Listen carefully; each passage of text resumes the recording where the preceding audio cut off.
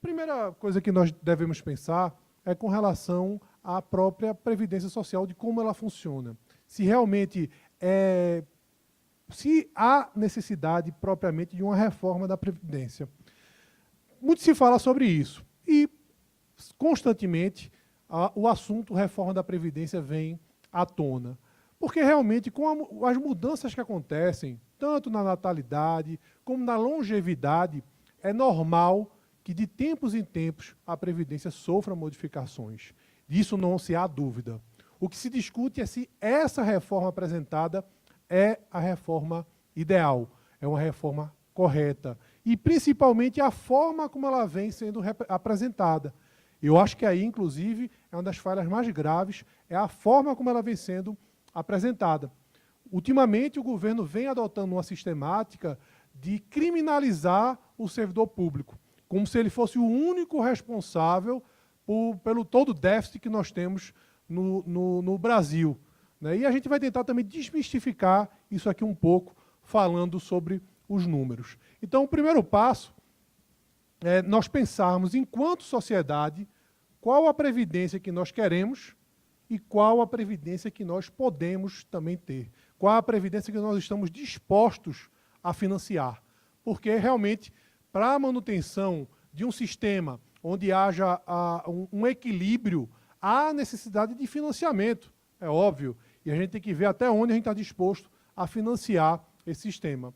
Houve uma mudança, todo mundo já sabe, na nossa pirâmide etária. Nos anos 80, nós tínhamos uma base bem larga, para a parte de cima bem estreitazinha.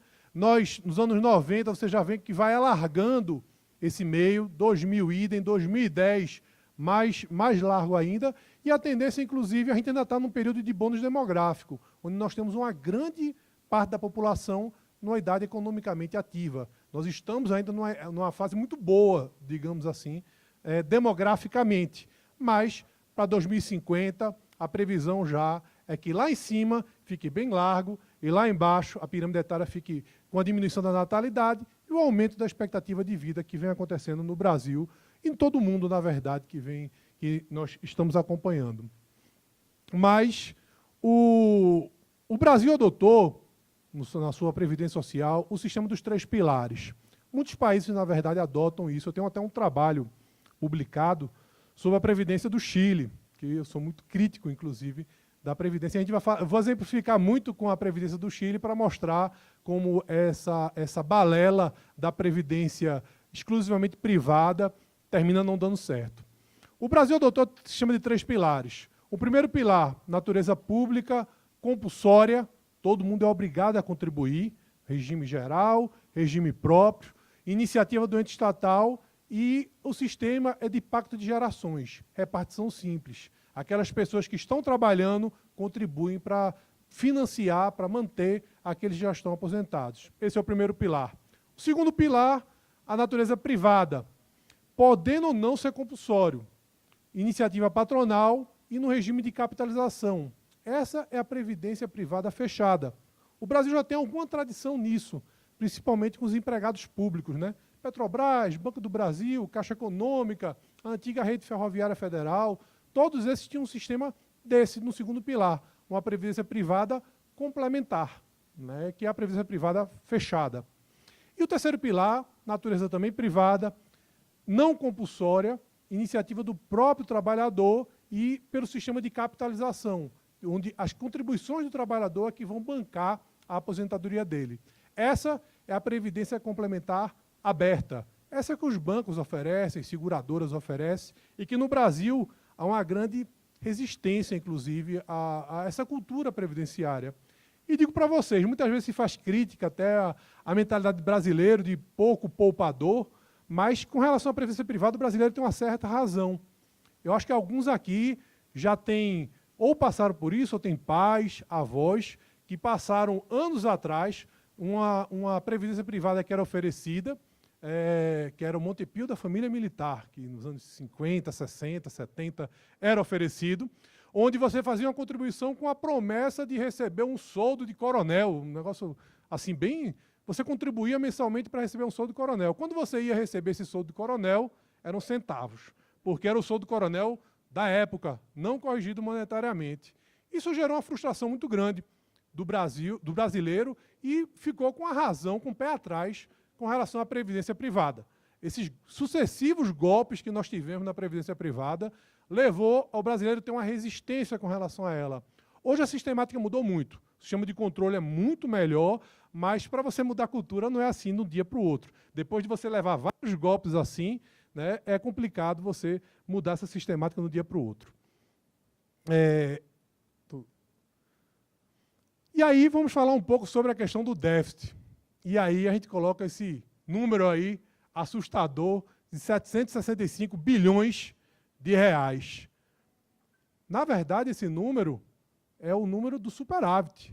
O superávit que o Sistema de Seguridade Social teve de 2001 até 2015. Em 2016 houve realmente um déficit do Sistema de Seguridade Social, mas por conta mesmo da baixa da economia. Normal, diminuiu a arrecadação com relação ao ano anterior. Mas de 2001 a 2015 houve um superávit. E somando esses anos todos, o número é esse: 765 bilhões de reais o superávit desse período. De onde é que vem esse superávit daí? Primeiro, a gente tem que ver que a Previdência Social, a gente não pode analisar ela individualmente. Ela é parte de um todo, da Seguridade Social, que ela compreende assistência, saúde e previdência. Está lá no artigo 194 da Constituição, dizendo que a Seguridade Social é exatamente saúde, previdência e assistência, custeado com esses princípios aí que estão no parágrafo único do artigo 194 da Constituição. Então, qualquer visão que individualize a Previdência com relação a isso é uma visão equivocada e que contraria a Constituição. E a Constituição estabelece no artigo 195 as receitas da Seguridade Social. Todos aqui conhecem muito bem. A receita da Seguridade Social, nós temos, além dos recursos que vêm do orçamento da União, estados, municípios, Distrito Federal, nós temos as contribuições sociais do empregador, da empresa, sobre folha de salário, sobre a receita do faturamento, sobre o lucro, do trabalhador, também com a sua contribuição sobre aposentadoria e pensão, né, quando é do artigo 201, receita de concurso de prognóstico nas loterias e até mesmo do importador de bens ou serviços do exterior ou de quem a lei equiparar. Quando o governo propaga esse suposto déficit aí da Previdência Social, ele está retirando uma série de receitas previstas constitucionalmente para elas.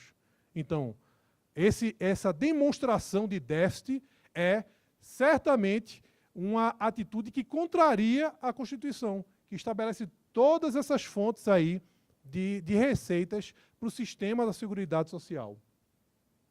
E aí nós vamos, os números estão meio pequenininhos aí, mas esse estudo é um estudo feito por Denise Gentil, que a Anfip contratou ela, uma economista da Universidade Federal do Rio de Janeiro, doutora, que se aprofundou realmente nesse sistema da Seguridade Social, onde você tem que considerar todas as despesas na área de assistência, saúde e previdência, e considerar também todas as receitas previstas na Constituição, e ela demonstrou cabalmente que há realmente um superávit da Previdência, como falei para vocês, acumulado, desde 2001 até 2015. Só 2016 é que houve realmente um déficit. A próxima tabela dá para a gente ver isso melhor nos últimos anos, na verdade.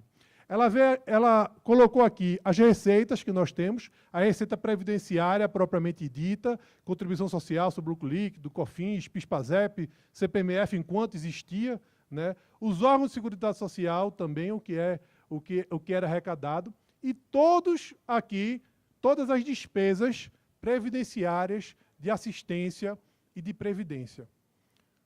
Na contraposição entre uma e outra, nós vemos aí sempre, de forma sucessiva, esses superávites do sistema da Seguridade Social. Então, realmente, essa questão de déficit é um mito. Mas o que é que o governo faz? O governo pega, simplesmente se limita à arrecadação que é feita do empregado, do segurado, né, se limita a ela, a do empregador, e se contrapõe às despesas previdenciárias. Com isso daí, ele mostra um suposto déficit da Previdência. É assim que o governo calcula o déficit da Previdência. Mas esse cálculo está em descompasso com a Constituição, com as receitas que a Constituição estabelece para a Seguridade Social e também para as despesas, porque a gente tem que analisar tudo num conjunto, não pode isolar. E a gente vê realmente que o grande déficit está não na Seguridade, não na Previdência urbana, é a rural. Mas aí é que vem. A Previdência também tem que ser pensada para aqueles que mais precisam dela. E aí, o benefício rural é um benefício quase assistencial, porque não tem uma contraprestação realmente efetiva, mas é um preço que a sociedade paga para aquelas pessoas que mais precisam da Previdência. E outra coisa, que eu acho aí ainda mais grave também, nós temos ainda a DRU, né?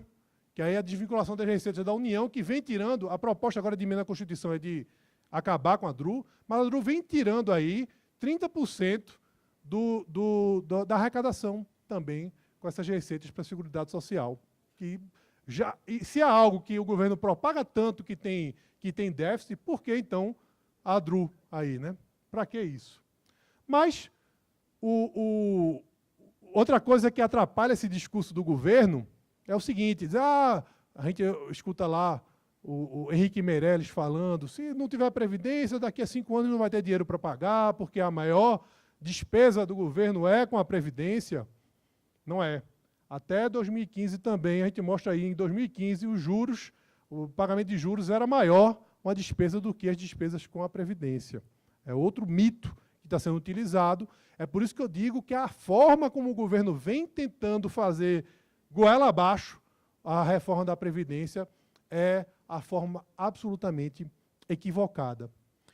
E até o perseguido regime próprio, que é o regime próprio dos servidores públicos federais, que todo mundo critica tanto, que hoje o servidor é responsável pelo déficit de tudo, que, segundo o governo federal, trabalha pouco, ganha muito, é cheio de privilégio, que a gente sabe que não é verdade isso. Até o regime próprio também não é esse balaio de gato todos que eles falam, não. Aqui nós temos o TCU apontando em 2015 e 2016 os números do regime próprio. Nós tivemos contribuições do regime próprio da Seguridade Social, dos servidores civis, né, 29 bilhões aí arrecadados, e das pessoas militares, 2 bilhões arrecadados de receitas. De despesas, tivemos aí 104 bilhões em 2015, 110 bilhões em 2016, com essa divisão de civis e militares aí. Só que aí o que está arrecadado ali é tão somente a parte do servidor, que é 11%. É só a parte do servidor. O governo tem uma obrigação legal, está na lei, de recolher para o regime próprio o dobro da contribuição do servidor. Se o servidor contribui com 11%, ele tem que pagar 22%. Só que o governo não faz, ele não recolhe.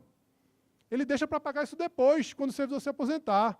E aí propaga um déficit da Previdência. Então, se você pegar ali, em 2016 nós tivemos aí de contribuições do civil 30 bilhões, inclua aí 60 que o governo deveria ter pago, dá 90.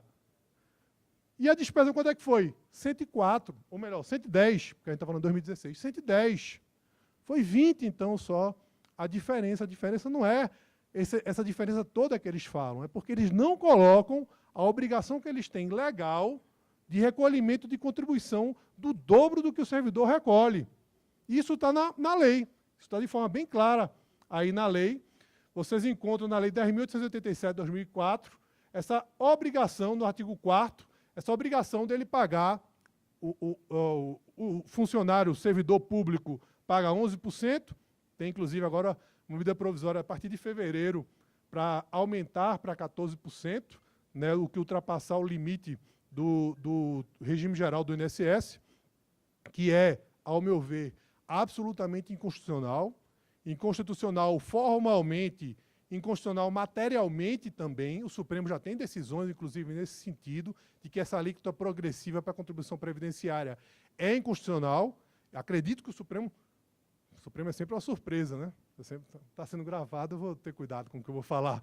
Mas é sempre uma surpresa o Supremo. Mas acreditamos que, mantendo a coerência com suas decisões, o Supremo deva declarar inconstitucional essa alíquota progressiva.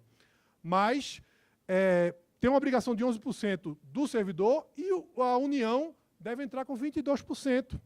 Mas aí ela simplesmente não contribui, a fim de propagar que há um déficit imenso no regime próprio dos servidores públicos, quando não há realmente esse déficit todo.